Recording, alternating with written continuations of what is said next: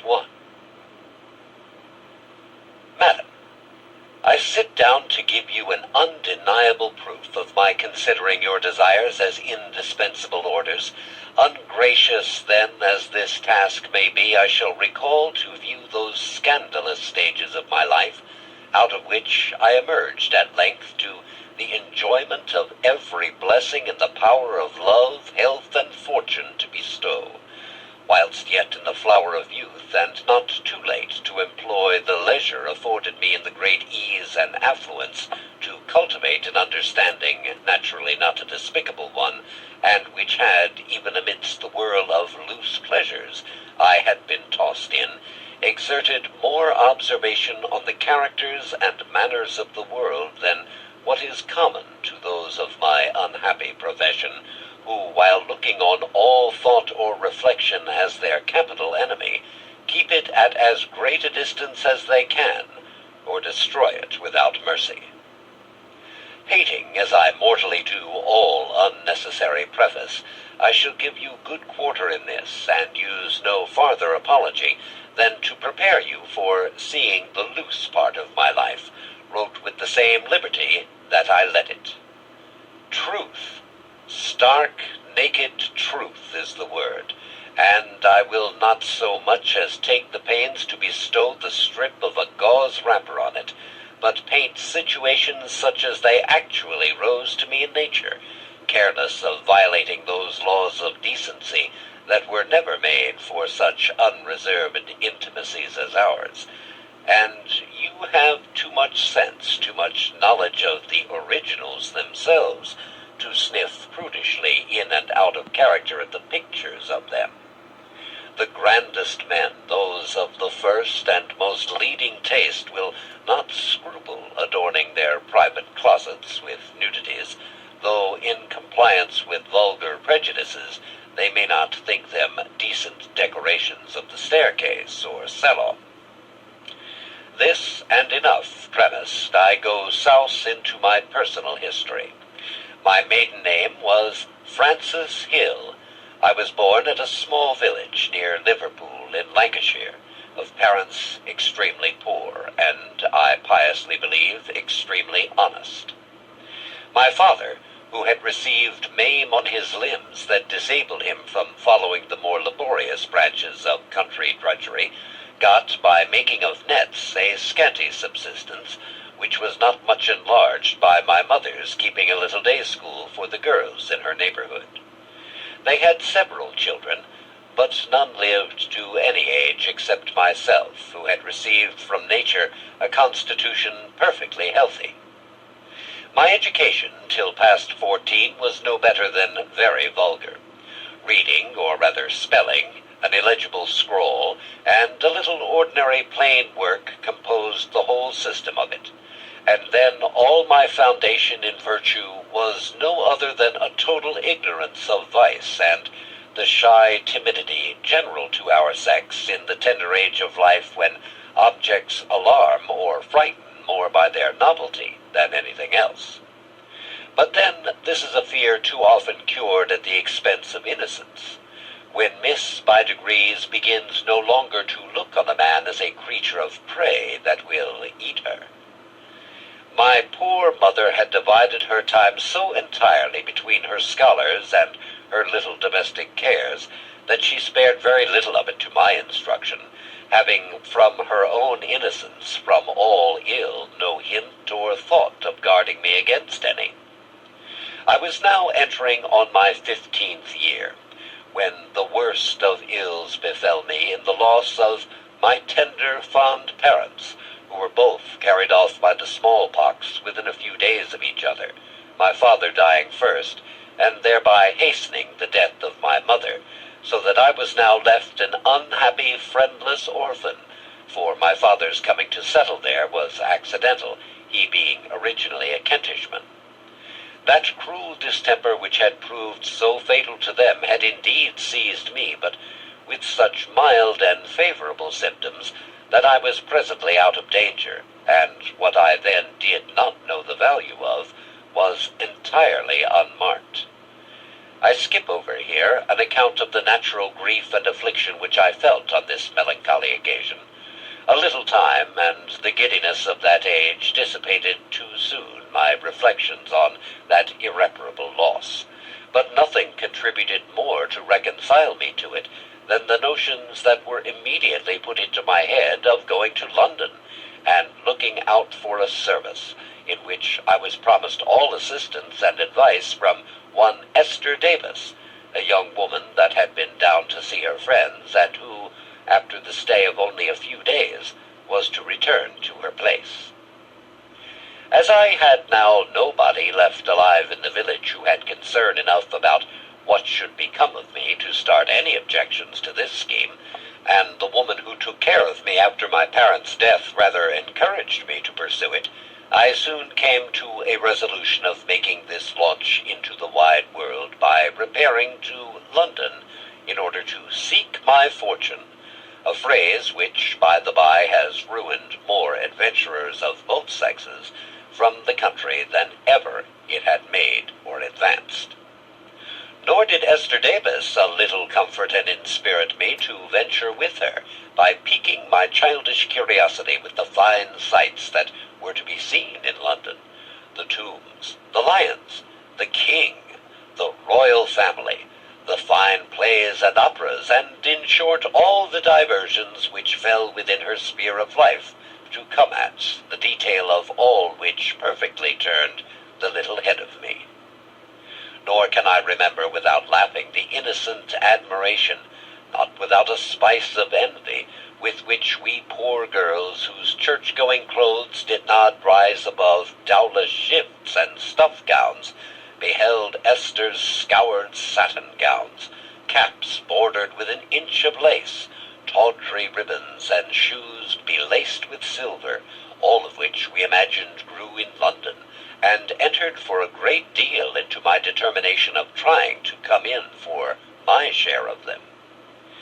The idea, however, of having the company of a townswoman with her was the trivial, and all the motives that engaged Esther to take charge of me during my journey into town, where she told me, after her manner and style, as how several maids out of the country had made themselves and all their kin forever, that by preserving their virtue, some had taken so with their masters, that they had married them, and kept them coaches, and lived vastly grand and happy, and some, mayhap, come to be duchesses. Luck was all, and why not I as well as another? With other almanacs to this purpose, which set me tiptoe to begin this promising journey, and to leave a place which, though my native one contained no relations that I had reason to regret, and was grown insupportable to me, from the change of the tenderest usage into the cold air of charity with which I was entertained even at the only friend's house that I had the least expectation of care and protection from. She was, however, so just to me as to manage the turning into money of the little matters that remained to me after the debts and burial charges were accounted for, and, at my departure, put my whole fortune into my hands, which consisted of a very slender wardrobe, packed up in a very portable box, and 8 guineas, with 17 shillings in silver, stowed up in a spring pouch, which was a greater treasure than ever I had yet seen together, and which I could not conceive there ever was a possibility of running out. And, indeed, I was so entirely taken up with the joy of seeing myself mistress of such an immense sum that I gave very little attention to a world of good advice which was given me with it. Places, then, having been taken for Esther and me on the London wagon, I pass over a very immaterial scene of leave-taking, at which I dropped a few tears between grief and joy, and for the same reasons of insignificance skip over all that happened to me on the road, such as the wagoners looking liquorish on me, and the schemes laid for me by some of the passengers, which were defeated by the vigilance of my guardian Esther, who, to her justice, took a motherly care of me. At the same time, that she taxed me for her protection by making me bear all traveling charges, which I defrayed with the utmost cheerfulness, and thought myself much obliged to her in the bargain. She took indeed great care that we were not overrated or imposed on, as well as of managing as frugally as possible. Expensiveness was not her vice. It was pretty late in a summer evening when we reached London town in our slow conveyance, though drawn by 6 at length. As we passed through the greatest streets that led to our inn, the noise of the coaches, the hurry, the crowds of foot passengers, in short, the new scenery of shops and houses at once pleased and amazed me. But guess at my mortification and surprise when we came to the inn, and our things were landed and delivered to us, when my fellow traveler and protectress, Esther Davis, who had used me with the utmost tenderness during the journey, and prepared me by no preceding signs for the stunning blow I was to receive when, I say, my only dependence and friend in this strange place, all of a sudden assumed a strange and cool air toward me, as if she dreaded my becoming a burden to her. Indeed, then, of proffering me the continuance of her assistance and good offices which I relied upon and never more wanted, she thought herself, it seems, abundantly acquitted of her engagements to me, by having brought me safe to my journey's end, and seeing nothing in her proceedings towards me but what was natural and in order, began to embrace me by way of taking leave, whilst I was so confounded, so struck, that I had not spirit or sense enough so much to as mention my hopes or expectations from her experiences and knowledge of the place which she had brought me to. Whilst I stood thus stupid and mute, which she doubtless attributed to nothing more than a concern at parting, this idea procured me perhaps a slight alleviation of it in the following harangue, that now we were got safe to London, and she was obliged to go to her place, she advised me by all means to get into one as soon as possible, that I need not fear getting one, that there were more places than parish churches, and she advised me to go to an intelligence office, that if she heard of anything stirring, she would find me and let me know, and that in the meantime I should take a private lodging, and acquaint her where to send to me, that she wished me good luck, and hoped I should always have the grace to keep myself honest, and not bring disgrace on my parentage. With this, she took her leave of me, and left me, as it were, on my own hands, full as lightly as I had just been put into hers. Left thus alone, absolutely destitute and friendless, I began then to feel most bitterly the severity of this separation, the scene of which had passed in a little room in the inn, and no sooner was her back turned, but the affliction I felt at my hapless, strange circumstances burst out into a flood of tears which infinitely relieved the oppression of my heart, though I still remained stupefied and most perfectly perplexed how to dispose myself. One of the waiters coming in added yet more to my uncertainty by asking me in a short way if I called for anything, to which I replied innocently, no, but I wished him to tell me where I might get a lodging for that night. He said he would go and speak to his mistress, who accordingly came and told me dryly, without entering in the least into the distress she saw me in, that I might have a bed for a shilling, and that she supposed I had some friends in town. Here I fetched a deep sigh in vain. I might provide for myself in the morning. 'Tis incredible what trifling consolations the human mind will seize in its greatest afflictions. The assurance of nothing more than a bed to lie on for that night calmed my agonies, and being ashamed to acquaint the mistress of the inn that I had no friends to apply to in town, I proposed to myself to proceed the very next morning to an intelligence office, to which I was furnished with written directions on the back of a ballad Esther had given me. There I counted on getting information of any place that such a country girl as I might be fit for, and where I could get into any sort of being before my little stock should be consumed. And as to a character, Esther had often repeated to me that I might depend on her managing me one, nor, however affected I was at her leaving me thus, did I entirely cease to rely on her, as I began to think good-naturedly that her procedure was all in course, and that it was only my ignorance of life that had made me take it in the light I had at first. Accordingly, the next morning I dressed myself as clean and neat as my rustic wardrobe would permit me, and, having left my box with special recommendation with the landlady, I ventured out by myself, and without any more difficulty than can be supposed of a young country girl barely 15, and to whom every sign or shop was a gazing trap, I got to the wished-for intelligence office. It was kept by an elderly woman who sat at the receipt of custom, with a book before her in great form and order, and several scrolls ready made out of directions for places.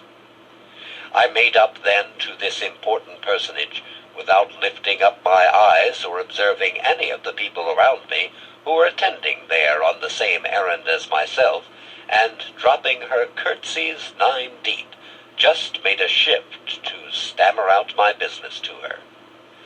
Madam, having heard me out with all the gravity and brow of a petty minister of state, and seeing at one glance over my figure what I was, made me no answer but to ask me the preliminary shilling, on receipt of which she told me places for women were exceedingly scarce, especially as I seemed too slight built for hard work, but she would look over her book and see what was to be done for me, desiring me to stay a little till she had dispatched some other customers. On this I drew back a little, most heartily mortified at a declaration which carried with it a killing uncertainty that my circumstances could not well endure. Presently, assuming more courage, and seeking some diversion from my uneasy thoughts, I ventured to lift up my head a little, and set my eyes on a course round the room, wherein they met full tilt with those of a lady, for such my extreme innocence pronounced her, sitting in a corner of the room, dressed in a velvet mantle, nota bene in the midst of summer, with her bonnet off, squab-fat, red-faced, and at least 50. She looked as if she would devour me with her eyes, staring at me from head to foot without the least regard to the confusion and blushes her eyeing me so fixedly put me to, and which were to her, no doubt, the strongest commendation and marks of my being fit for her purpose. After a little time, in which my air, person, and whole figure had undergone a strict examination, which I had on my part tried to render favorable to me by primping, drawing up my neck, and setting my best looks, she advanced and spoke to me with the greatest demureness. "Sweetheart, do you want a place?" "Yes, and please you," with a curtsy down to the ground. Upon this, she acquainted me that she was actually come to the office herself to look out for a servant,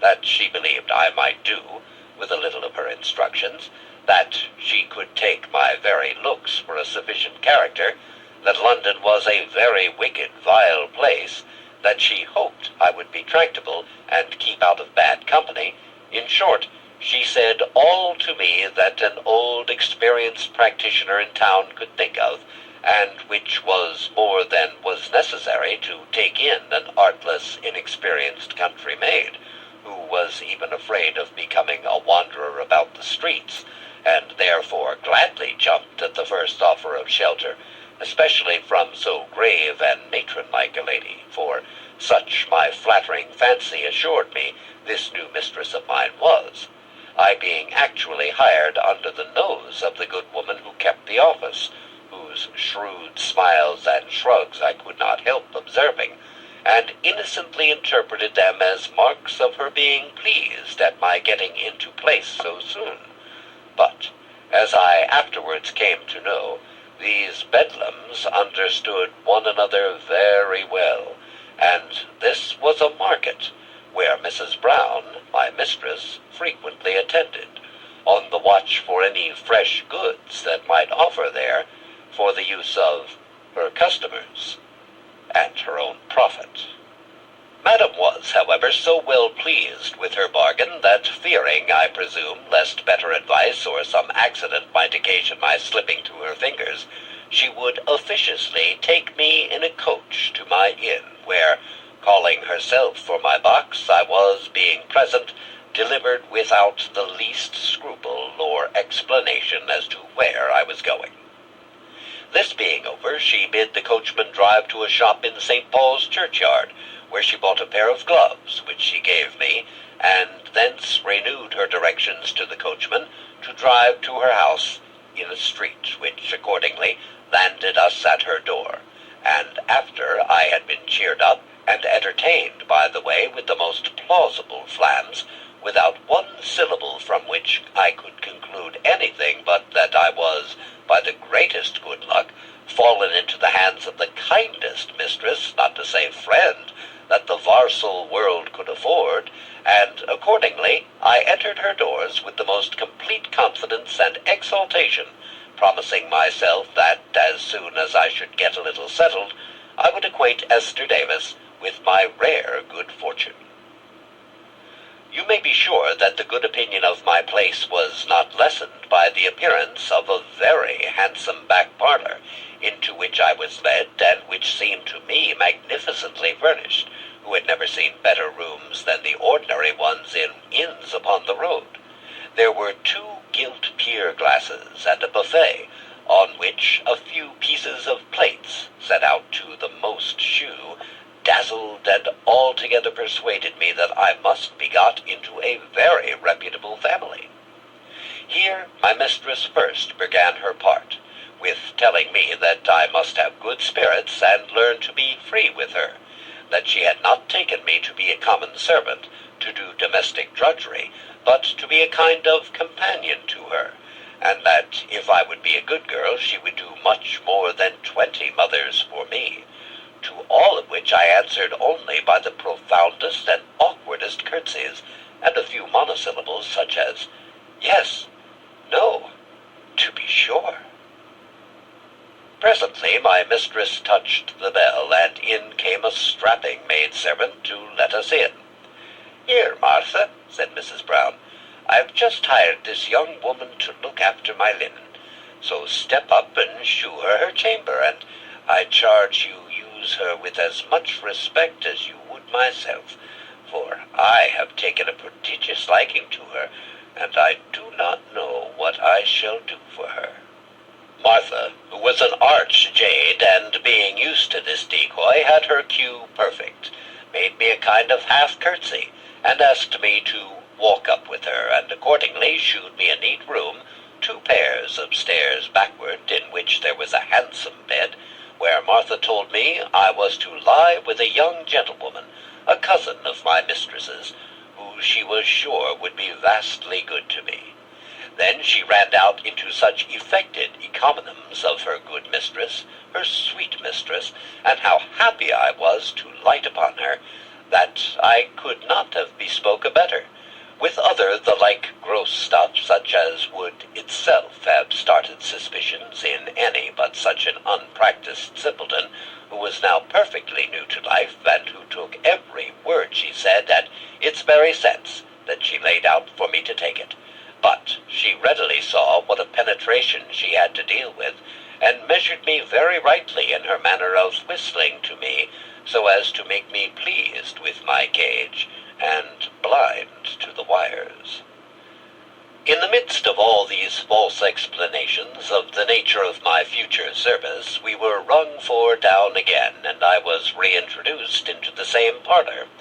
where there was a table laid with 3 covers, and my mistress had now got with her one of her favorite girls, a notable manager of her house, whose business it was to prepare and break such young fillies as I was to the mounting block, and she was accordingly in that view allotted me for a bedfellow, and to give her the more authority, had the title of cousin conferred on her by the venerable president of this college. Here I underwent a second survey, which ended in the full approbation of Mrs. Phoebe Ayres, the name of my tutress-elect, to whose care and instructions I was affectionately recommended. Dinner was now set on the table, and in pursuance of treating me as a companion,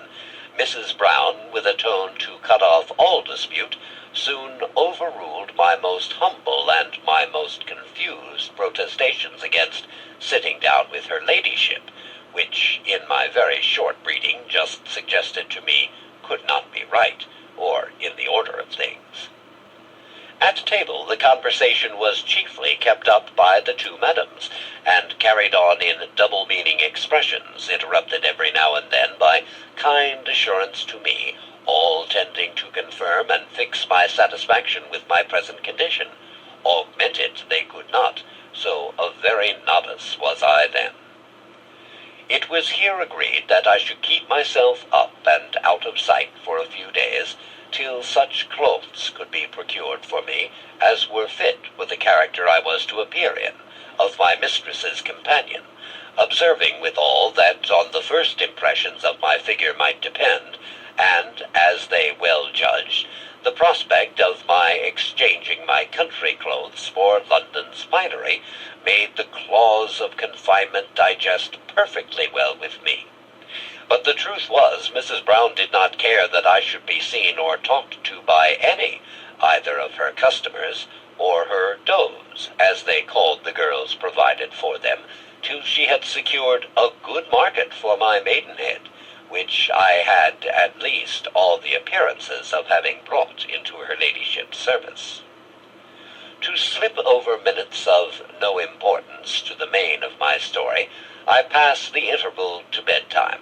in which I was more and more pleased with the views that opened to me of an easy service under these good people, and after supper, being shooed up to bed, Miss Phoebe, who observed a kind of reluctance in me to strip and go to bed in my shift before her, now the maid was withdrawn, came up to me, and, beginning with unpinning my handkerchief and gown, soon encouraged me to go on with undressing myself, and, still blushing at now seeing myself naked to my shift, I hurried to get under the bedclothes out of sight. Phoebe laughed, and was not long before she placed herself by my side. She was about 25, by her most suspicious account, in which, according to all appearances, she must have sunk at least 10 good years, allowance too being made for the havoc which a long course of hackneyship and hot waters must have made of her constitution, and which had already brought her upon the spur, that stale stage in which those of her profession are reduced to think of showing company instead of seeing it. No sooner than was this precious substitute of my mistress's laid down, but she, who was never out of her way when any occasion of lewdness presented itself, turned to me, embraced, and kissed me with great eagerness. This was new. This was odd, but imputing to it nothing but pure kindness, which, for aught I knew, might be the London way to express in that manner, I was determined not to be behindhand with her, and returned her the kiss and embrace with all the fervor that perfect innocence knew. Encouraged by this, her hands became extremely free, and wandered over my whole body, with touches, squeezes, pressures that rather warmed and surprised me with their novelty than they either shocked or alarmed me. The flattering praises she intermingled with these invasions contributed also not a little to bribe my passiveness, and, knowing no ill, I feared none, especially from one who had prevented all doubt of her womanhood by conducting my hands to a pair of breasts that hung loosely down in a size and volume that full sufficiently distinguished her sex, to me at least, who had never made any other comparison. I lay then all tame and passive as she could wish, whilst her freedom raised no other emotions but those of a strange and, till then, unfelt pleasure. Every part of me was open and exposed to the licentious courses of her hands, which, like a lambent fire, ran over my whole body and thawed all coldness as they went. My breasts, if it is not too bold a figure to call so two hard, firm, rising hillocks, that had just begun to show themselves, or signify anything to the touch, employed and amused her hands a while, till, slipping down lower over a smooth track, she could just feel the soft, silky down that had but a few months before put forth and garnished the Mount Pleasant of those parts, and promised to spread a grateful shelter over the seat of the most exquisite sensation, and which had been, till that instant, the seat of the most insensible innocence. Her fingers played and strove to twine in the young tendrils of that moss, which nature has contrived at once for use and ornament. But, not contented with these outer posts, she now attempts the main spot, and began to twitch, to insinuate, and at length to force an introduction of the finger into the quick itself, in such a manner that, had she not proceeded by insensible gradations that inflamed me beyond the power of modesty to oppose its resistance to their progress, I should have jumped out of my bed and cried for help against such strange assaults. Instead of which, her lascivious touches had lighted up a new fire that wantoned through all my veins, but fixed with violence in that center appointed them by nature, where the first strange hands were now busied in feeling, squeezing, compressing the lips, then opening them again with a finger in between, till an "oh" expressed her, hurting me, where the narrowness of the unbroken passage refused it entrance to any depth. In the meantime, the extension of my limbs, languid stretchings, sighs, short heavings, all conspired to assure that experienced wanton that I was more pleased than offended at her proceedings, which she seasoned with repeated kisses and exclamations such as, "Oh, what a charming creature thou art! What a happy man will be that first that makes a woman of you! Oh, that I were a man for your sake!" with the like broken expressions interrupted by kisses as fierce and fervent as ever I received from the other sex. For my part, I was transported, confused, and out of myself. Feelings so new were too much for me. My heated and alarmed senses were in a tumult that robbed me of all liberty of thought. Tears of pleasure gushed from my eyes, and somewhat assuaged the fire that raged all over me. Phoebe herself, the hackneyed, thoroughbred Phoebe, to whom all modes and devices of pleasure were known and familiar, found, it seems, in this exercise of her art to break young girls, the gratification of one of those arbitrary tastes for which there is no accounting. Not that she hated men, or did not even prefer them to her own sex, but when she met with such occasions as this was, a satiety of enjoyments in the common road, perhaps to a secret bias, inclined her to make the most of pleasure wherever she could find it, without distinction of sexes.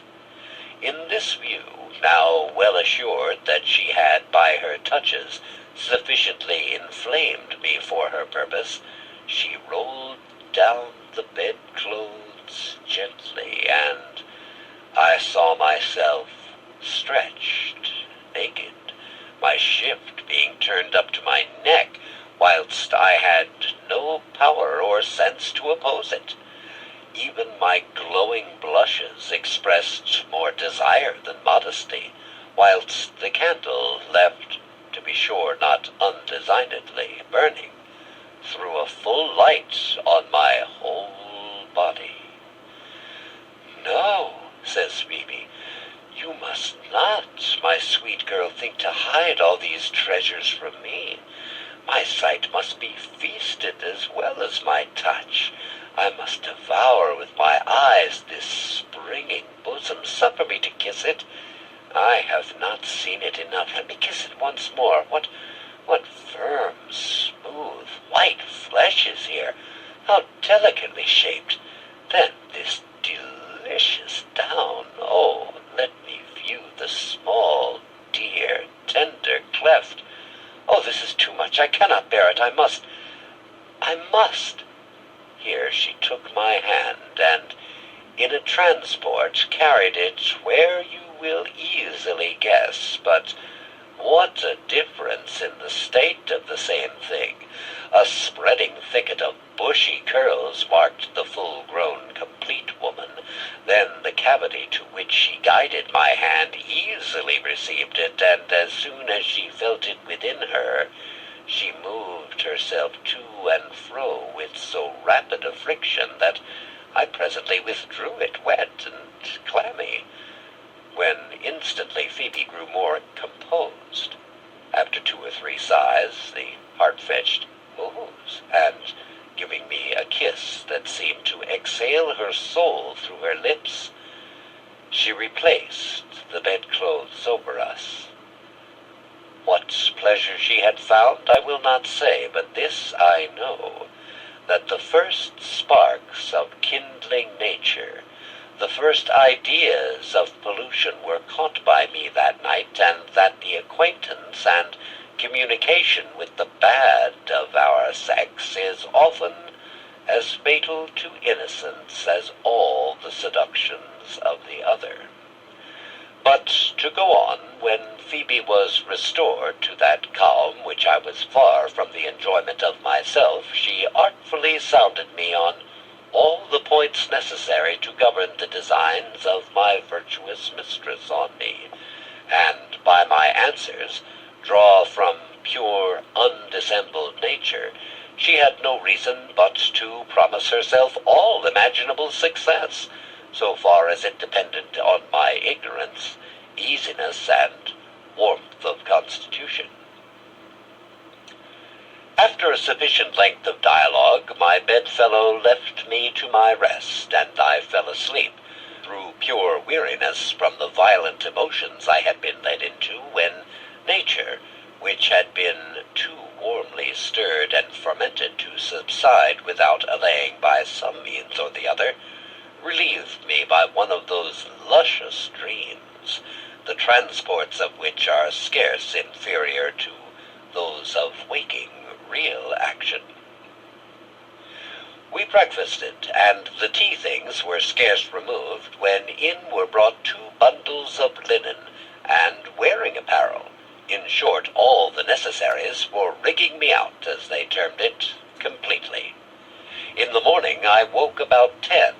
perfectly gay and refreshed. Phoebe was up before me, and asked me in the kindest manner how I did, how I rested, and if I was ready for breakfast,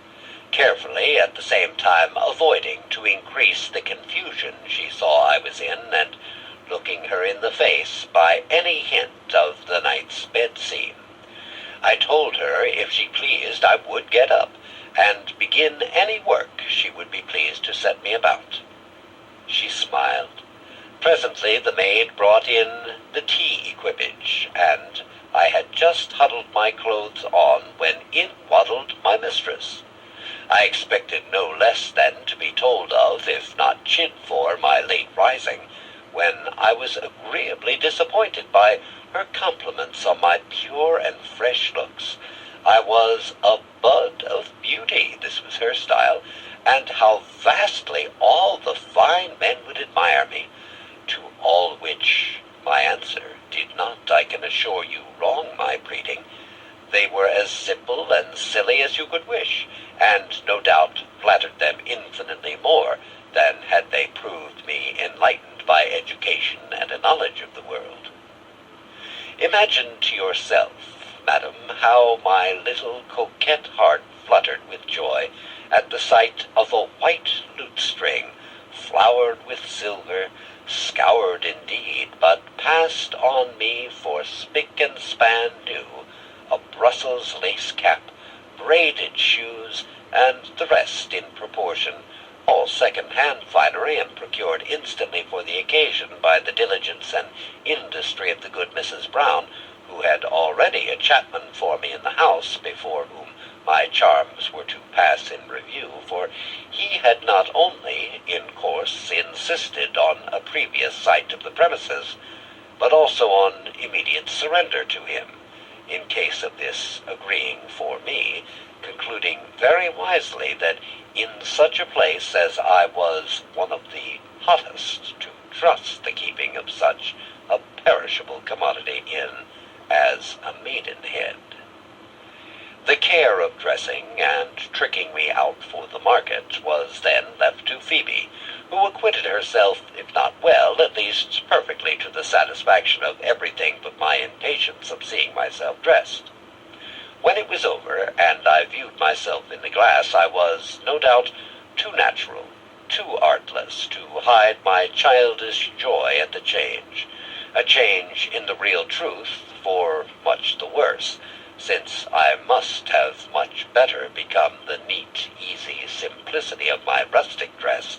than the awkward, untoward, tawdry finery that I could not conceal my strangeness to.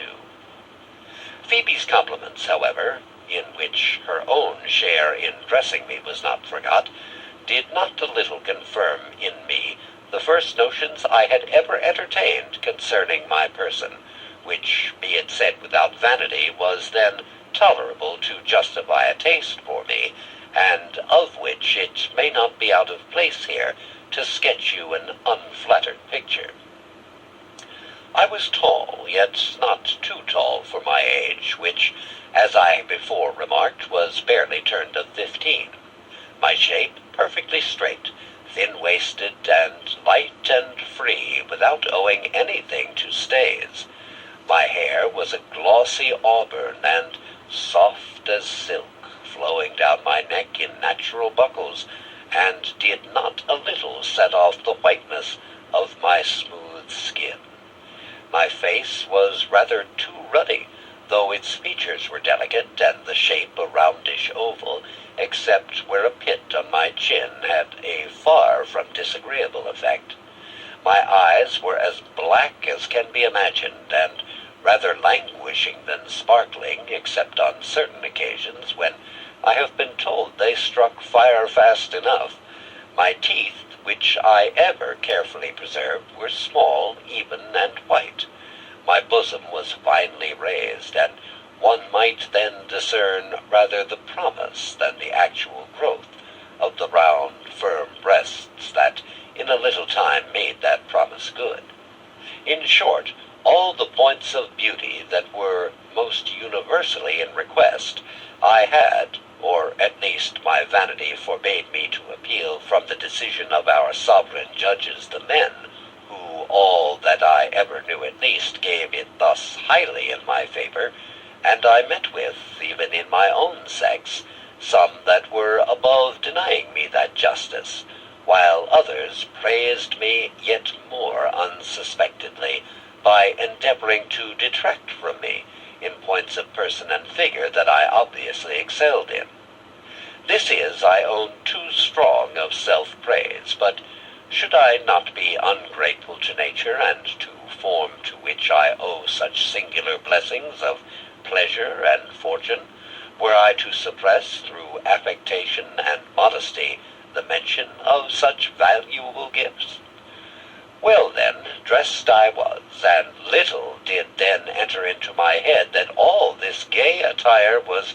no more than decking the victim out for sacrifice, whilst I innocently attributed all to mere friendship and kindness in the sweet and good Mrs. Brown, who, I was forgetting to mention, had, under pretense of keeping my money safe, got from me, without the least hesitation, the driblet, so I now call it, which remained to me after the expenses of my journey.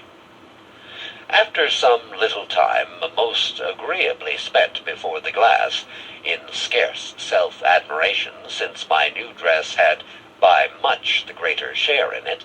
I was sent for down to the parlor, where the old lady saluted me and wished me joy in my new clothes, which she was not ashamed to say fitted me as if I had worn nothing but the finest all my lifetime. But what was it that she could not see me silly enough to swallow?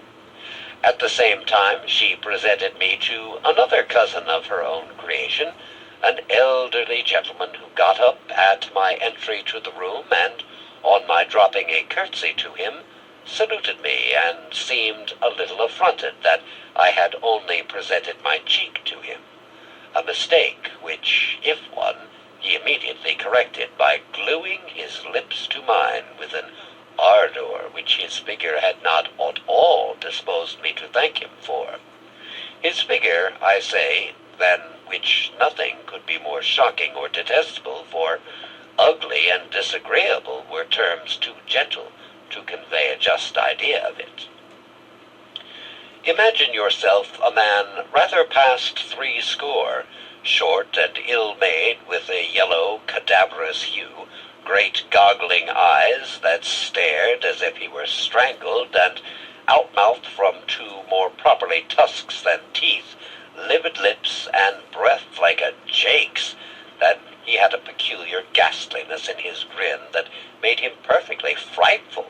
if not dangerous to women with child. Yet made as he was, in mock of man, he was so blind to his own staring deformities as to think himself born for pleasing, and that no woman could see him with impunity, in consequence of which idea he had lavished great sums on such wretches as could gain upon themselves to pretend love to this person, whilst to those who had not art or patience to dissemble the horror it inspired, he behaved even brutally. Impotence more than necessity made him seek in variety the provocative that was wanting to raise him to the pitch of enjoyment, which, too, he often saw him self-balked of by the failure of his powers, and this always threw him into a fit of rage, which he wreaked, as far as he durst, on the innocent objects of his fit of momentary desire.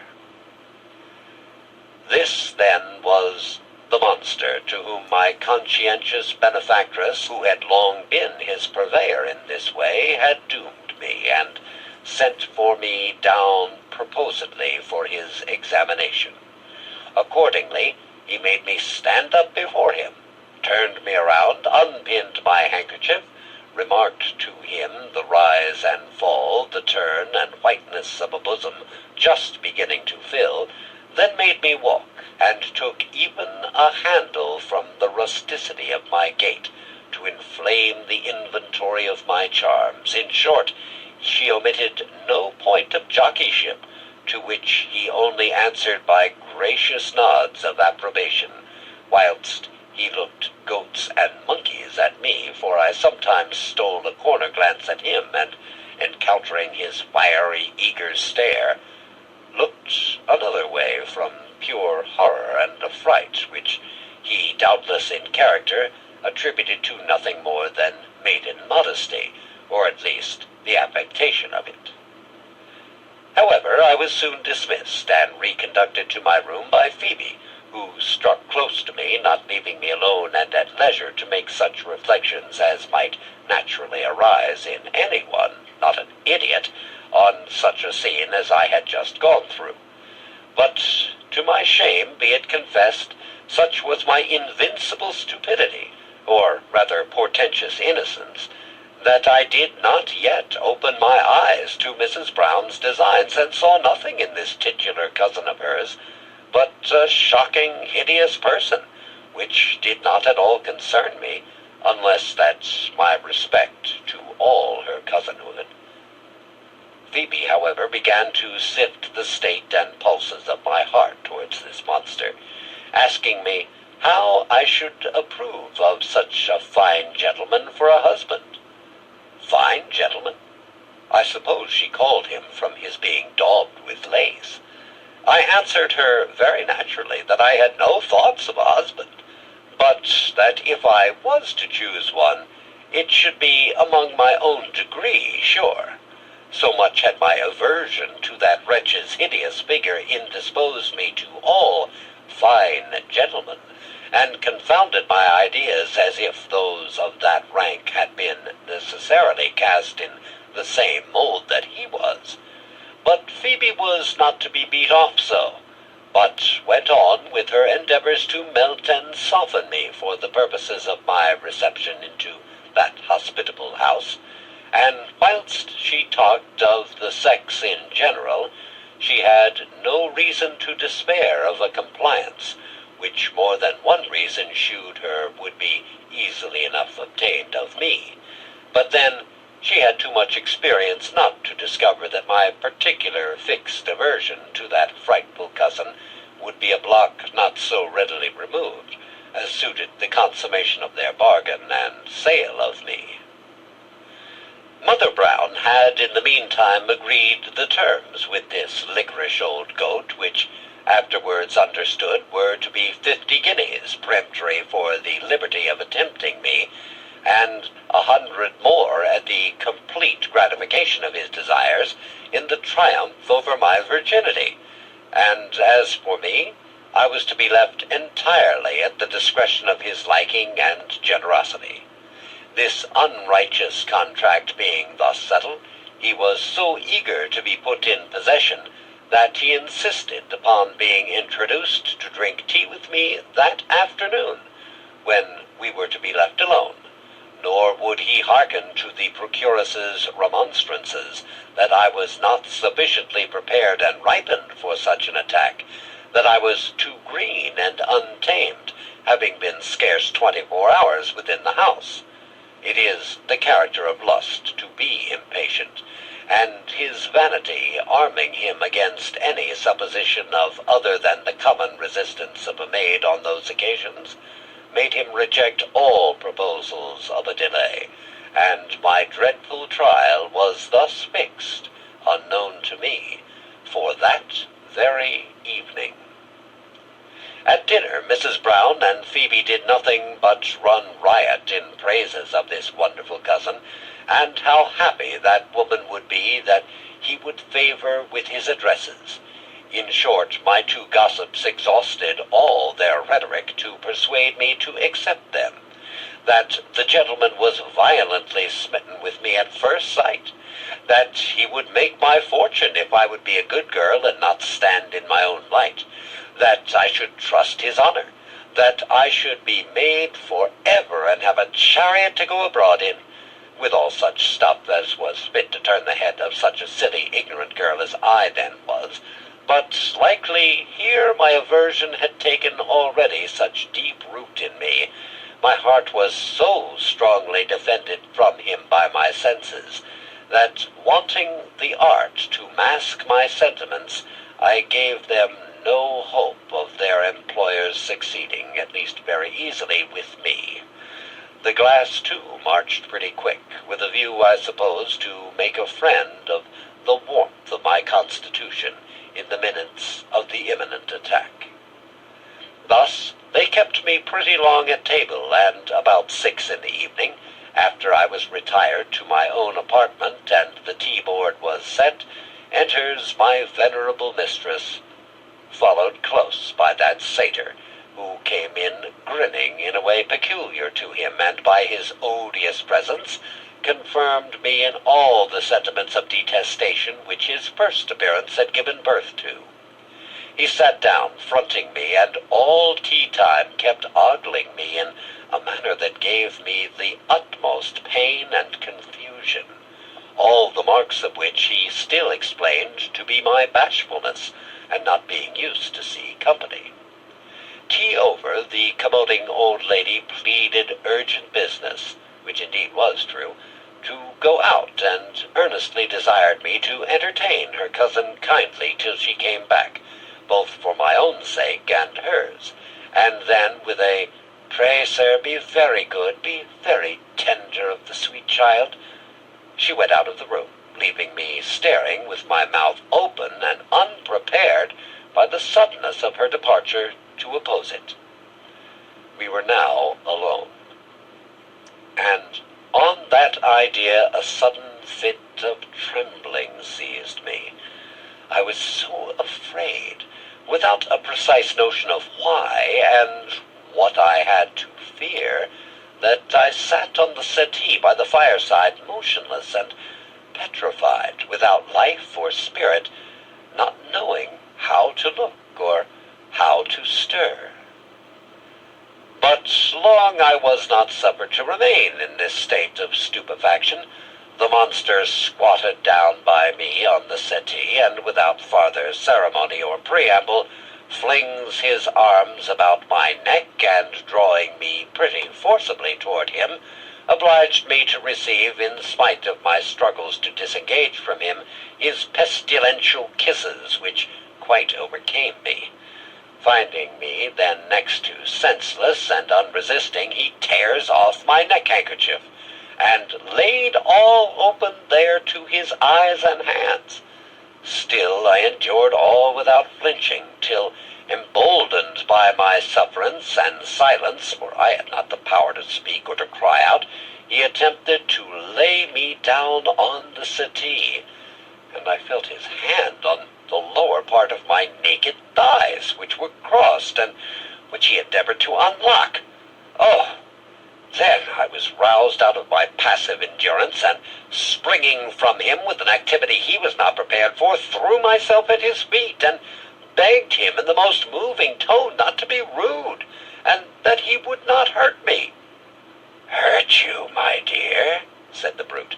"I intend no harm. Has not the old lady told you that I love you? Then I shall do handsomely by you." "She has indeed, sir," said I, "but I cannot love you, indeed I cannot. Pray let me alone. Yes, I will love you dearly if you will let me alone and go away." But I was talking to the wind, for whether my tears, my attitude, or the disorder of my dress provided fresh incentives, or whether he was not under the dominion of desires he could not bridle, but snorting and foaming with lust and rage, he renews his attack, seizes me, and again attempts to extend and fix me on the settee, in which he succeeded so far as to lay me along, and even to toss my petticoats over my head and lay my thighs bare, which I obstinately kept closed, nor could he, though he attempted with his knee to force them open, effect it, so far as to stand fair for being master of the main avenue. He was unbuttoned, both waistcoat and breeches, yet I only felt the weight of his body upon me, whilst I lay struggling with indignation and dying with terror, but he stopped all of a sudden, and got off, panting, blowing, cursing, and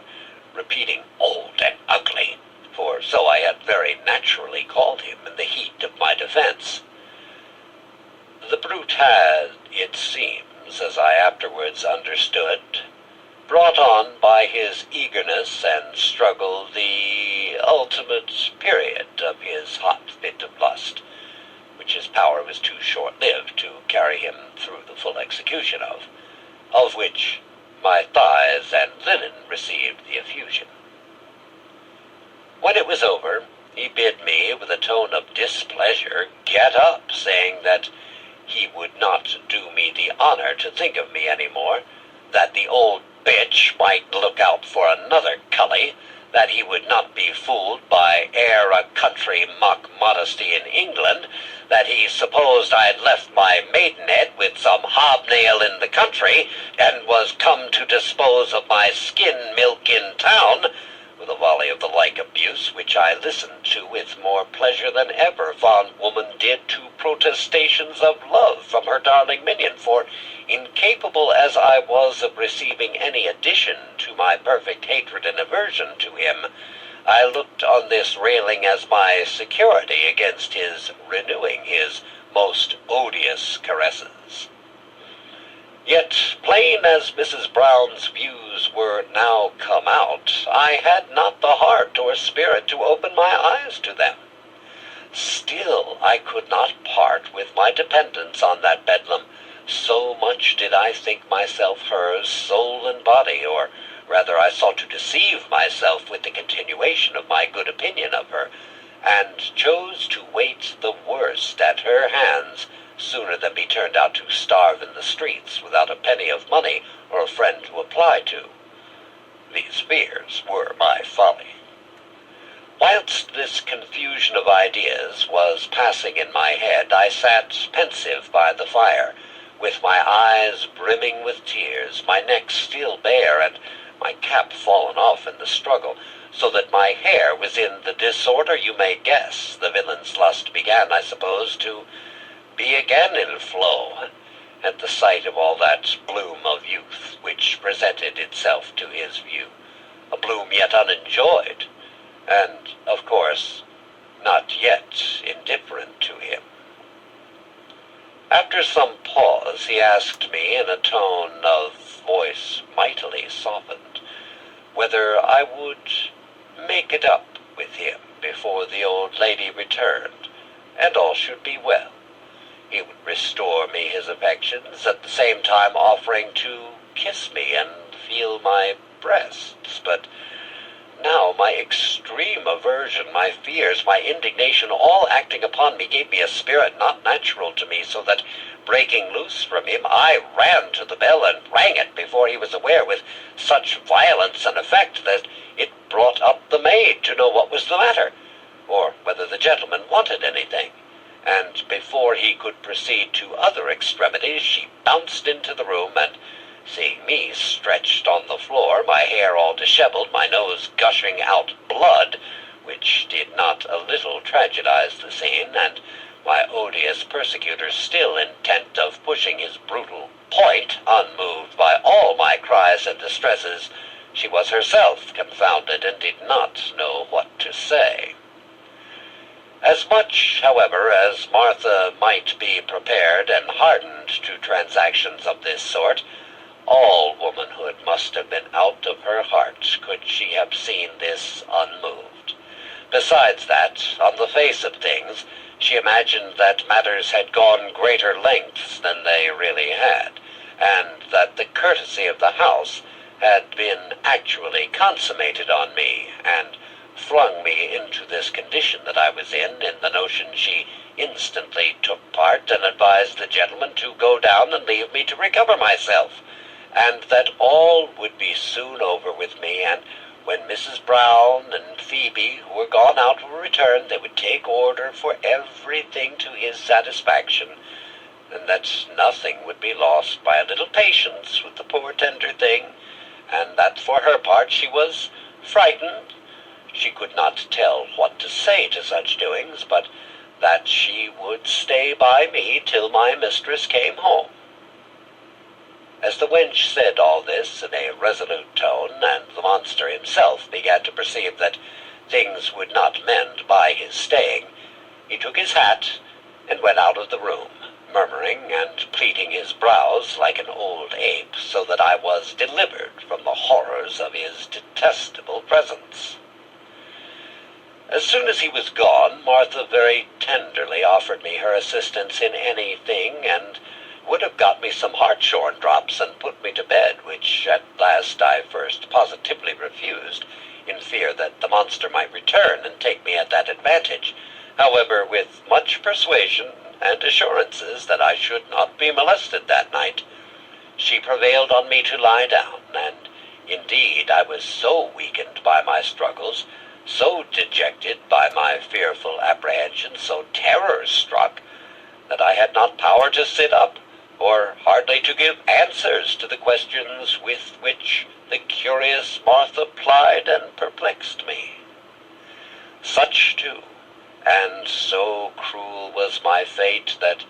I dreaded the sight of Mrs. Brown, as if I had been the criminal and she the person injured, a mistake which you will not think so strange on distinguishing that neither virtues nor principle had the least share in the defense I had made, but only the particular aversion I had conceived against the first brutal and frightful invader of my tender innocence. I passed then the time till Mrs. Brown's return home, under all the agitations of fear and despair that may easily be guessed.